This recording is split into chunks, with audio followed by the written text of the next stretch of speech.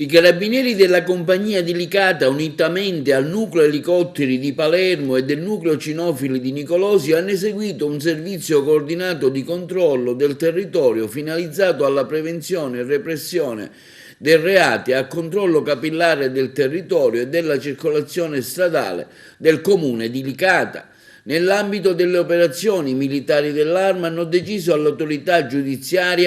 hanno denunciato all'autorità giudiziaria un 49enne del posto per violazione delle prescrizioni attinenti la libertà vigilata, un 21enne di Licata sorpreso in possesso di 16 piante di marijuana e materiale per la coltivazione nella propria camera da letto, deferendone altri 6 in quanto indebitamente percettori del reddito di cittadinanza. I carabinieri hanno poi segnalato alla prefettura 3 persone per detenzione illecita di sostanze stupefacenti e elevato 26 sanzioni al codice della strada per un importo complessivo di oltre 3.000 euro e nel complesso sono state controllate 105 persone, ivi comprese quelle sottoposte a misure restrittive della libertà personale e a 52 auto.